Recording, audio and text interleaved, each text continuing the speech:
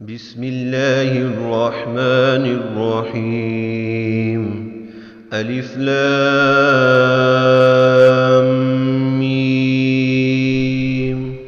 ذلك الكتاب لا ريب فيه هدى للمتقين الذين يؤمنون بالغيب ويقيمون الصلاة ومما رزقناهم ينفقون والذين يؤمنون بما أنزل إليك وما أنزل من قبلك وبالآخرة هم يوقنون أولئك على هدى من ربهم وأولئك هم المفلحون إن الذين كفروا سواء عليهم أأنذرتهم أم لم تنذرهم لا يؤمنون ختم الله على قلوبهم وعلى سمعهم وعلى